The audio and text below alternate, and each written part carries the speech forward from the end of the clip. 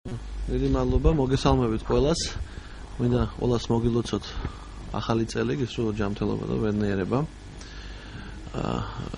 მე მინდა დავიწყო იმით, რომ რეალურად ახალი ხელისუფლების მოსვლის შემდგომ უკვე საკმაოდ დრო გავიდა და ამ დროის განმავლობაში მე ვერ ვხედავ იმას, რომ აფხაზეთისა და ცხინვალის მიმართულებით რამე კეთდებოდეს, როცა კეთდებოდა განცხადებები, უშუალოდ პირდაპირ დიალოგის დაწყების, როცა კეთდებოდა განცხადებები რაღაც წინსვლთან დაკავშირებით, ჩვენ ვხედავთ, რომ არაფერი არ არის, პირიქით რუსეთთან დათმობის ფონზე სეპარატისტები ცხინვალიდან და სოხუმიდან ითხოვენ, რომ საქართველო მოიხადოს ბოდიში, რომ საქართველომ აღიაროს, რომ მან ჩაედინა ეთნიკური წმენდა. ამ ფონზე საქართველოს ხელისუფლების მხრიდან არაფერი არ კეთდება, რეალურად საერთაშორისო არენაზე არ ხდება გახმაურება იმასთან დაკავშირებით, რომ აფხაზეთში და ცხინვალის რეგიონში ატარდა ეთნიკური წმენდა, რომ ამდენი 1000 დევნილი არის, არ ხდება იმის დეკლარირება, რომ დღეს ხელისუფლებას სეპარატისტულ ხელისუფლებას მითვისებული აქვს ძალაუფლება აფხაზეთში და ცხინვალის რეგიონში. ამ ფონზე კი პირიქით ხდება ის, რომ ფაქტიურად ხდება დათმობა ყველა მიმართულებით. საუბარი არის იმაზე, რომ ISAF-ის პროგრამაში საქართველოს შეიარაღებული ძალები მომავალში საბრძოლო მოქმედებებში არ მიიღებენ მონაწილეობას და მხოლოდ სწავლებით რეჟიმში იქნება, რაც ყოველდღიურად მიუღებელი არის, იმიტომ რომ რეალურად ეს პროგრამა აძლიერებდა ქართულ ჯარს და მინდა ხაზი გაუსვა იმას, რომ ეს იყო საწინდარი იმისა, რომ მომავალში ჩვენ გვექნებოდა უფრო მეტი გარანტიები ტერიტორიული მთლიანობის აღდგენის. მე მინდა მივმართო ახალ ხელისუფლებას და ვთხოვო მათ, რომ შეიმუშაონ სტრატეგია ოკუპირებულ ტერიტორიებთან დაკავშირებით, რომ მოხდეს მკაფი რეაგირება იმ მიმართულებით, რომ ხაზი გაესვას იმას, რომ საქართველოს ხელისუფლება არ ეგუება სეპარატისტულ რეჟიმს, რომ არიან ეთნიკური წმენდის მოხდა ეთნიკური წმენდა ქართული მოსახლეობის, რომ დღეს დევნილები ვერ ბრუნდებიან სახლში, მოხდეს ამის ღია დეკლარირება და არ ხდებოდეს ამის მიჩუმატება იმ ფონზე, როდესაც ვიღაცას სურს ასიამოვნოს რუსეთის ფედერაციაში იმასთან დაკავშირებით, თითქოს და დავიწყებული არის ოკუპირებული ტერიტორიები და არ ხდება ამის აქცენტირება. ამ ფონზე ხდება ის, რომ სავარაუდოდ დაიწყება განხილვა სიტყვა კანონის ოკუპაციის შესახებ პარლამენტში, სადაც ერთადერხელ იყო გაჟღერებული, რაც ყოველდღიურად მიუღებელი არის და ჩვენ ყველაფერი უნდა გავაკეთოთ იმისათვის, რომ მაქსიმალურად თელ საერთაშორისო დონეზე ხდებოდეს სიტყვა ოკუპაციის უფრო გაძლიერება და ამის დეკლარირება. თუ გაქვთ შეკითხვები? ბატონო, თუმცა რამდენიმე დღის უკან ბიძინეევანიშვილმა ISAF-ის პროგრამაზე თქვა, რომ უფრო გუნდა გაგრძელდეს და უფრო მჭიდრო თანამშრომლობა უნდა მოხდეს. თქვენი აზრით არსებობს ეს არის უბრალოდ განხეთქილება ისე რომ დავარქვათ ბიძინეევანიშვილსა და დავუშვათ თავდაცვის სამინისტროს შორის უბრალოდ რაღაც შეთამაშება თუ აი რატო ხდება რომ ერთ განცხადებები კეთდება და მოდით ვთქვათ რომ ჩვენ რეალურად ხედავთ ერთ რაღაცას რომ ახალი ხელისუფლების მხრიდან ხდება განცხადებები მხოლოდ და მხოლოდ ქმედებები გადადის სხვა რეჟიმში როდესაც საუბარი არის იმიტომ მოიყვანე აფხაზეთზე იმიტომ დაიწყო ლაპარაკი რომ რეალურად თქვენ დააკვირდებით რომ ამ ხნის განმავლობაში არაფერი არ ხდება ახალი სახელმწიფო მინისტრი რედაქციის საკითხებში ხდება როდესაც დახვდა რომ პირდაპირ დიალოგს დაიწყებდა ამ ფონზე ხდება ლეგიტიმურ მთავრობას თბილისში და აფხაზებს ცხოვრობს აჭარაში და არა აფხაზებს ცხოვრობს აფხაზეთში ხო რეალურად მეტი რეალური შეხვედრები მას არ უწარმოებია ამიტომ რაც შეეხება დღეს საუბარს იმასთან დაკავშირებით რომ ხელისუფლება წინა საარჩევნო პერიოდში იძახდა იმას რომ ავღანეთთან დაკავშირებით თქვათ გადახედავდა რაღაც საკითხებს საუბარი იყო ჯარების გამოყვანაზე თუ გახსოვთ თქვენ საარჩევნო კომპანიაში ეს იყო მე ვფიქრობ რომ საარჩევნო კომპანიის დანაპირებს ასრულებენ დღეს და საუბარი იმაზე რომ საქართველოს ISAF-ის პროგრამაში არ მიიღებს საბრძოლო მოქმედებებში მონაწილეობას კიდევ ერთხელ მინდა ხაზი გაუსვათ თუ ჩვენ ვართ პარტნიორები შეერთებული შტატების და ჩვენ გვაქვს ქარტია თანამშრომლობასთან დაკავშირებით შეერთებული შტატებთან რაც ითვალისწინებს ყველაფერს ამას რა თქმა უნდა ჩვენი სუვერენული უფლება არის ხაზი მინდა გაუსვა ჩვენი სუვერენული უფლება მონაწილეობა საბრძოლო მოქმედებებში ეს ავღანეთში იქნება თუ სხვა პროგრამა სხვა იმაში ამიტომ თავდაცვის მინისტრი და პრემიერ-მინისტრს შეუძლიათ განწყობა მიიღონ ისე რომ დავუშვათ არ იყოს საბრძოლო მოქმედებები იყოს თქვა სწავლებითი ხასიათი ან და სხვა ეს მესმის მაგრამ თუ ჩვენ მივისწრაფით ნატოსკენ თუ ჩვენ ნახდათ გვინდა რომ ჩვენი საჯარო ფორმირებების ძალაუფლება უფრო გაძლიერებული იყოს და უფრო კარგად მომზადებული იყოს აუცილებელია საბრძოლო მოქმედებებში მონაწილეობა იმიტომ რომ ეს არის უსერიოზოში გამოსვლების მიღება თუ ამაზეა საუბარი და თუ სრულფასოვან პარტნიორზეა საუბარი ხაზი მინდა გაუსვა რომ რუსეთი არის აგრეთვე პარტნიორი ნატოს იცით თქვენ რომ სამშვიდობო პროგრამებში ღებულობს მონაწილეობას ის თუ ჩვენ ამ ფორმატში უნდა ყოფნა ეს არ ნიშნავს რომ ჩვენ მივისწრაფით ნატოსთან ეს რუსეთის ესეთ რო ვთქვათ მოთხოვნაა რომ ჩვენ არ ვიყოთ მე არ ვიცი მე ვაკვირდები იმას რომ მე ვხედავ ერთ რაღაცას რომ ფაქტურად ხდება ყველაფერი კეთდება იმისაც რომ მოგდეს მაქსიმალური დათმობა რუსეთთან არა ვარ წინააღმდეგი პირიქით მივესალმები ამას მაგრამ არა იმ ხარჯზე ასე ვთქვია ქართული სახელმწიფოებრიობა არავინ არავისთვის თავი არ უნდა დაუხაროს პირიქით უყუროს როგორც პარტნიორს და ვიღაცას თუ უნდა რაღაც სიამოვნება მიიღოს რომ საქართველოს რაღაცებში დააჩოქ ეგ სხვა თემა არის მაგრამ დღეს ჩვენ მე ვფიქრობ რომ აი სამის პროგრამაში სრულფასოვნად უნდა მივიღოთ მონაწილეობა ეს ერთი თუ მეორე საკითხი ეს მდგომარეობს იმაში რომ რეალურად ჩვენ ყველაფერი უნდა გავაკეთოთ რომ მაქსიმალურად მოხდეს ოკუპირებულ ტერიტორიასთან დაკავშირებით საქართველოს მკვეთრი პოზიციების დაფიქსირება თქვენ მითხარით ამ ხნის განმავლობაში ერთი მაგალითი მაინც საგარეო საქმეთა სამინისტროს მხრიდან ან საქართველოს მთავრობის მხრიდან სადმე თუ მოხდა მკვეთრი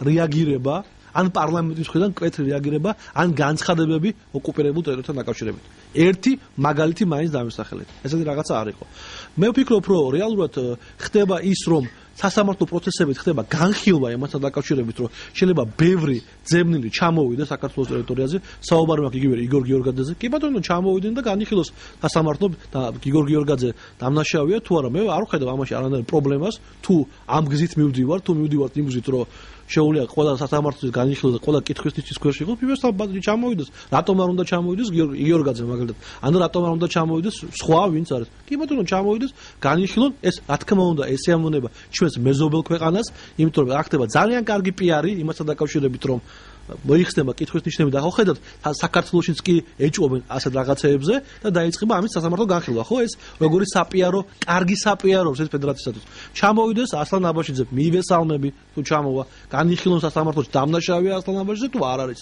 იგივე იგორ გიორგაძე ჩამოვიდეს განიხილონ ვასიამოვნოთ მთელ ჩვენს ჩრდილოეთ მეზობელს და ამით შეიძლება რაღაცა დაგვითმონ ღვინო შევიტანოთ ან ჩაი შევიტანოთ ან რაღაცა და აი ამ ფონზე თუ შემდგომ მოხდება რაღაც სხვა დათმობები რადგან მე საბაჟო კავშირის წევრი გავხდებით მე კიდევ სხვა დათმობები მოხდება რადგან ევროაზიური კავშირის წევრი გავხდებით და აი ასე იქნება ეს ყველაფერი თანამიმდევრულად თუ აი ამ ლოგიკით მივუყვებით რაც არის ამიტომ მე ვფიქრობ რომ ქართულმა საზოგადოებამ უნდა გაითვალისწინოს ის თუ რა უნდა მას რა საით მიდის ევროპისაკენ ეს არის სულ სხვა გზა მიდის ევროაზიური კავშირისაგან ეს არის სულ სხვა გზა შუა გზა არ არსებობს ჩვენ არ ვართ ნეიტრალური ქვეყანა არ გვაქვს ეს მიზნად ამიტომ მე ვფიქრობ რომ განცხადებები მხოლოდ და მხოლოდ არ არის საკმარისი რომ მივდივართ ნატოსკენ და ამ მომენტში ISAF-ის პროგრამიდან საბრძოლო მოქმედებიდან გამოვდივართ მივდივართ ევროკავშირისაგან და ამ მომენტში სასამართლომ შეიძლება განიხილოს იგორ გიორგაძე და ასლან აბაშიძის საკითხი ხო ეს არ არის ეს სულ სხვა გზებია ამიტომ განცხადება ერთია ქმედებები სხვა არის თუ ღიად გავაკეთო დეკლარება რა გვინდა კიდევ ერთხელ ხაზუსონ თუ მივდივართ ევროაზიური კავშირისაგან მაშინ მოვთხოვოთ პუტინს აფხაზეთის და ცხინვალის რეგიონი მარტივი არის ეს შეიძლება დათმო რაღაცეები დათმო შენი სუვერენიტეტი იმის გამო რომ დაეფნო ტერიტორია მაგრამ როგორც პუტინმა თქვა გამორიცხულია რომ რუსეთმა წაიღოს აღიარება უკან აფხაზეთის და ცხინვალის რეგიონს ამიტომ ცალსახად გვითხრეს კი ბატონო შეიძლება თქვენ იყოთ ჩვენთან მაგრამ აფხაზეთი და ცხინვალი უფრო ჩვენთან იქნება ვიდრე თქვენთან ამიტომ ეს ქართულმა საზოგადოებამ უნდა გადაწყვიტოს რა უნდა მე მესმის რომ ბევრს უკვე არც ახსოვს აფხაზეთი, არც ახსოვს ცხინვალი და არც აქვს ინტერესი იქ რამე მოხდეს, იმიტომ რომ გადაიღალა. ყველაფერი მესმის, მაგრამ ჩვენ ყველაფერი უნდა გავაკეთოთ და იმიტომ მივმართავ ხელისუფლებას რომ შეემუშაოს სერიოზული მიდგომები, სერიოზულად შეემუშაოს სტრატეგია იმასთან დაკავშირებით, რომ მომავალში მოხდეს რაღაც უფრო გზების გამონახვა ტერიტორიული მთლიანობის აღდგენის და არ მიაჩუმათოს ის, რაც რეალურად ხდება ცხინვალში და აფხაზეთში. თქვენ აფხაზეთი თქვენ თქვით რომ არ მომხდ არანაირი მაგათეთ რაღაცა შეთავაზებები ან შეხვედრები აფხაზეთსა და ცხინვალში, ის მოხდა მხოლოდ საქართველოს ფარგლებში შიგნით. შეიძლება რამდენიც სავარაუდოდ საქართველოს მთავრობას არ გააჩნია ესეთი პროგრამები და თუ არის სურვილი მე აფხაზეთიდან ცხინვალიდან არ არის სურვილი მე ამას იმიტომ ვლაპარაკობ რომ რეალურად რისი დეკლარება ხდებოდა ახალი ხელისუფლების მხრიდან საარჩევნო პერიოდში წინა საარჩევნო პერიოდში და მე რომ ჩვენ მოვახერხებთ უშუალო დიალოგს ჩვენ გავაკეთებთ ამას მე მაშინ ხმარა მომიღია და რო არავისთვის არ შემეშალა ხელი და არ მეთქვა იმასთან დაკავშირებით მათს არ გამოუვათ იმიტომ რომ მათეს არ გამოუვათ, არადროს არ წამოვლენ აფხაზები და ოსები ამას საკითხთან დაკავშირებით. ამიტომ დღეს ღიად ლაპარაკობ. ხო ხედავთ თუ არ გამოგივიდათ. არც გამოგივათ. მე გეუბნებით, შეემუშავეთ სტრატეგია ამ მიმართულებით, რომ უფრო მკაცრად მოხდეს რეალობის შეფასება თუ რა არის და ყველაფერს დაარქვას თავის სახელი. ჩვენ ვინ გავიკვეთა ოკუპაცია? მე მგონი რუსეთის ფედერაცია, ხო სწორია? ესე იგი ჩვენ გვინდა დავთმოთ, ხო, ფედერაციასთან დაკავშირებით და წავიდეთ რაღაცნაირ ურთიერთ დიალოგზე? კი ბატონო. საუბარი, თქვათ, ეკონომიურ ურთიერთობაზე საუბარი არის, თქვათ, ღია ვაჭრობა რუსეთის ფედერაციასთან, ხო? მინდა კითხვა დავსვა, თუ სავიზო რეჟიმი არ იხსნება. ერთი. მეორე, თუ სამი საელჩო იქნება აქ სოხუმში, ცხინვალში და თბილისში, მაინტერესებს როგორ გაიტან საქონელს უბრალო გლეხი რუსეთის ფედერაციაში. როგორ რის საფუძველზე მიიღებს ვიზას, რის საფუძველზე გორში თქვა ვაშლებს დატვირთვას მანქანაში და გადაიტანს გასაყიდად. როგორ მოხდება ეს? ან კახეთიდან როგორ გაიტანენ ყურძენს გასაყიდად. რა თქმა უნდა, ამას გააკეთებს ის კომპანიები, რომელიც უშუალოდ გაიტანენ ღვინოს, რომელსაც თავისი ვენახები გააჩენა, თავისი პლანტაციები გააჩენა ვაშლის და ამას არ გაიტანს უბრალო გლეხი. ეს რეალობა მაინტერესებს როგორ აისახება ეს გლეხის მდგომარეობას. მე ამას ვერ ხედავ. რეალურ ქმედებებს ამას ვერ ხედავ. რო არ იყოს სავიზო რეჟიმი, რო იყოს მიმოსვლა, როგორ იქნება მიმოსვლა თავს ოკუპირებული ტერიტორიები? არ წარმოვიდგენია. ამიტომ ბევრი კითხვები არის ამ მიმართულებით და ჯობია მე ვფიქრობ, რომ უფრო ხელისუფლება მკაცრი მიდგომები შეემუშაოს ამ მიმართულებით. ყველაფერი ამით გათვალისწინებთ, რა შეიძლება და როგორ შეიძლება შეიცვალოს ცოტა ზოგადი კითხვა, მაგრამ რუსეთ-საქართველოს ურთიერთობა აი საბოლოო ჯამში რა არის ის ზღვარი სანამდენაც რუსეთმა შეიძლება არა, ელემენტარულია, ორი მიდგომა არსებობს. პირველი მიდგომა, რათაც მე გითხარით, რომ მკაცრად დაფიქსირება მოხდეს სიტუაციის და რეალურად შეფასება და საერთაშორისო პარტნიორების გამოყენება ამ მიმართულებით და მეორე მდგომარეობის იმაში დავივიწყოთ აფხაზეთი და ცხინვალი, ისე კი არ დავივიწყოთ, არ ვილაპარაკოთ ამ თემას, არ შევეხოთ ამ მიმართულებით, არ ვიაროთ და ამის მაგივრად, ამის საკვად ფონზე მოხდეს რაღაცის დათმობა, ხო? ტერიტორია ისედაც რეალურად არის კონტროლ ქვეშ რუსეთის ფედერაციის საუბარია ცხინვალზე და სოხუმზე, ხო? არაფერი საქართველოს ამით არ მიიღებს. ეს მათ რუსეთს დარჩება და ამ ფონზე გააკეთებს განცხადებას, რომ აი ჩვენ როგორი კარგები ვართ ფედერაციის წარმომადგენლები, რომ ვაწარმოებთ დიალოგს ქართველებთან, შემოგვაქვს ბორჯომი, შემოგვაქვს ღვინო, შემოგვაქვს ყველაფერი. მეტი კი არაფერი. აი ეს თუ დათმობა იქნება ვიღაცას და ფულის კეთება იმის ხარჯზე, რომ ტერიტორიები დაკარგული არის, ეგ სხვა თემა არის. იმ თემას მე არც არავინ არ გაწევიებს წინა პლანზე. როცა დაიწყება რაღაც მოქმედებები. ვერავინც კი ვერ გაბედავს ამას. ამაში ვხედავ მე პრობლემას.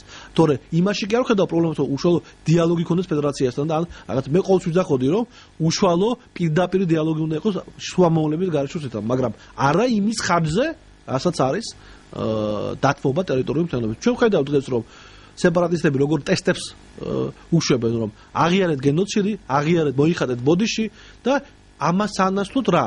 არაფერი, აღიარეთ ჩვენი დამოუკიდებლობა და მე კარგად ვიცხოვროთ. მეტი კი არაფერი არ ხდება. ჟენევის პროცესი საფრთხის ქვეშ არის. ჟენევის პროცესი არაფრის მომტანი არ იყო, ყოველთვის ვიძახოდი მაგას. ნებისმიერ ჟურნალისტი დამეთანხმება, რომ ყოველ კომენტარი ჩემი იყო ერთი. არასდროს არაფრის მომტანი არ იქნება. აი ეს არაფრის მომტანი ფორმატის დატოვებაზეც ფიქრობენ აფხაზები და ოსები, ხო? ეს მათი ნათქვამია, ჩემი ნათქვამი არ არის. ამიტომ ვფიქრობ, რომ ასე დათმობის ფონზე რო გინდა ვიღაც სულ სიამოვნების რეჟიმში ყავდეს სეპარატისტი და რუსეთის ფედერაცია, ანუ არ გამოვა არაფერი. ჩვენ მზარალდებით აქედან გამომდინარე, მეტი არა. ბატონო, როდესაც აბაშიძე კარასინის შეხვედრა შედგა, მაშინ მხოლოდ ოფიციალური განცხადება გაკეთდა და იმის იქით აღარ წასულა კომენტარები. ექსპერტებმა მაშინ თქვეს, რომ რეალურად ჩვენ არავინ არ გვეტყვის და საზოგადოებას რაზე იყო იქ საუბარი. ანუ მითითება იყო მithumetes ოცნების კოალიციის მხრიდან, რომ იქ ბევრად უფრო მნიშვნელოვან თემებზე იყო საუბარი. თქვენ თუ სწორად გავიგე, ანუ ამბობთ, რომ იქ რეალურად არაფერი პროცესები არ ხდება და არაფერს არ დავველოდოთ არა, მე მინდა ხაზი გავუსვა იმას, რომ პირიქით, მე ვიზახი იმას, რომ ხდება რაღაც ურთიერთობების აწყობა და ოკუპირებულ ტერიტორიების ხარჯზე, სასარგებლოდ, მეტი კი არაფერი. მარტივად მე შემიძლია გითხრათ, აი რაზე ილაპარაკეს, თქვათ, არავინ არ არის, ხო რაზე ილაპარაკეს. მაგრამ გადავხედოთ ქმედებებს. ლაპარაკის შემდეგ რა ხდება საქართველოს ტერიტორიაზე, ხო? უცებ ხდება რკინიგზის პრობლემის წამოწევა. ხდება აისაფთან დაკავშირებით საქართველოს საბრძოლო მოქმედებებში, უცებ რა პრობლემა ჰქონდა, რომ საქართველოს ჯარი ემზადებოდა საბრძოლო მოქმედებისას, ხო? რომ საქართველოს ჯარს შეეძლო უნარი მაღალ დონეზე ეწარმოებინა საბრძოლო მოქმედებები. ეს იხსნება. რკინიგზასთან პრობლემები ხდება, რაღაც გაურკვევლობა დღემდე ვერ გავირკვია რა ხდება. ხან უჭერენ მთავრობა ამ რკინიგზის მშენებლობას ხარს, არც ახალქალაქს თუ არ უჭერს ხარს, თუ რა კითხები გაუგებარია ჩემთვის დღეს. ეს მეორე. მესამე, არავინ არ საუბრობს ოკუპაციაზე. მეოთხე, ამ ფონზე ხდება, რომ სასამართლო რეჟიმები და სასამართლო ხელისუფლება დაიწყებს იგორ გიორგაძე და ასლან აბაშიძის საქმის განხილვას. კი ბატონო, განიხილოს, არანაირი პრობლემას არ აქვს, ხო? ფონს დააგორდით, რა მიმდინარეობა ხდება. ამ ფონზე ხდება, რომ უკრაინის პრეზიდენტი არ გამორიცხავს იმას, რომ საბაჟო კავშირში შევიდეს, ხო? უსმენთ თქვენ მის განცხადებას. როდესაც მაგამდე კატეგორიულად გამორიცხავთ. ახლა არ გამორიცხავს. გინდათ შემდგომი ნაბიჯი იკითხათ? შემდგომი ნაბიჯი იქნება მოთხოვნა, რომ საქართველოს შევიდეს საბაჟო რეჟიმში. ეს იქნება შემდგომი ნაბიჯი. თუ უკრაინის დათანხმება მოხდა ამ ფაქტთან დაკავშირებით. ეს ნიშნავს იმას, რომ საბაჟო კავშირში ყოფნა, ხა დსთ-ში თუ არა, რაღაც სერიოზულ დიდ კავშირში ამოყოფთ თავს მომავალში. ხო, ევრაზიული კავშირი ხა თქვენ დააკვირდით რა განცხადებები გააკეთა ლავროვმა, როდესაც ერთი თვის უკან მან თქვა, რომ ჩვენ ვიწყებთ დღეს ქმედებებს და წინსვლას ევრაზიული კავშირთან. ჩვენ ვიწყებთ. მაქამდე ეს განცხადება არ გაკეთებულა. მე აი ფონს ვადარებ, ხვდებით, მე არ მინდა არავის არაფერი არ დავაბრალო. საზოგადოების არჩევანია, საიწავა. არავინ ამის კიდევ ხოლმე როგორც გადაწყვეტავს ქართველი ხალხი, თავრობა ისე იქნება, მაგრამ რის ხარჯებს საზოგადოება უნდა იცოდეს ეს. რაც კარგავს ამაში რა. ეს ცალსახად ჩანს. ხალხი ვერა თვითცნობიერებს ვერ ხედავს ამ ნაბიჯებს, როგორ ფიქრობთ? მე არ ვიცი, ხალხმა მე ვფიქრობ, რომ საზოგადოების გარკვეული ნაწილი, ვინც ფიქრობს, რომ რუსეთის ფედერაციასთან დათმობა რაღაცას კარგს მოიტანს, ცდება ერთ რაღაცაში. რუსები არ არიან ის რუსები, ვინც ჩვენ გვახსოვს. მე კარგად მინდა ეს უთხრა ჩვენ საზოგადოებას. ორ ბოთლ არაღზე და ორ ბოთლ კონიაკზე არაფერ საქმეს არ გაიკეთებენ. რასაც ეძახოდნენ, ხო? Уже там совсем новые русские. Там уже старых грузин нету. იქ უკვე მილიარდებზეა ლაპარაკი.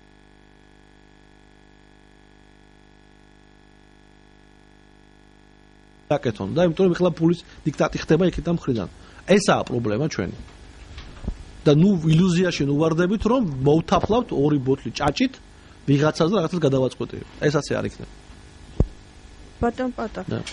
აქედან გამომდინარე შევარნაძის დროს განსაკუთრებით ბოლო პერიოდში ძალიან ისეთი პოპულარული იყო პროდასავლური ძალები და პროდასავლური მიმდინარეობა პოლიტიკაში და ხალხისთვისაც ეს ღირებულებები იყო მნიშვნელოვანი.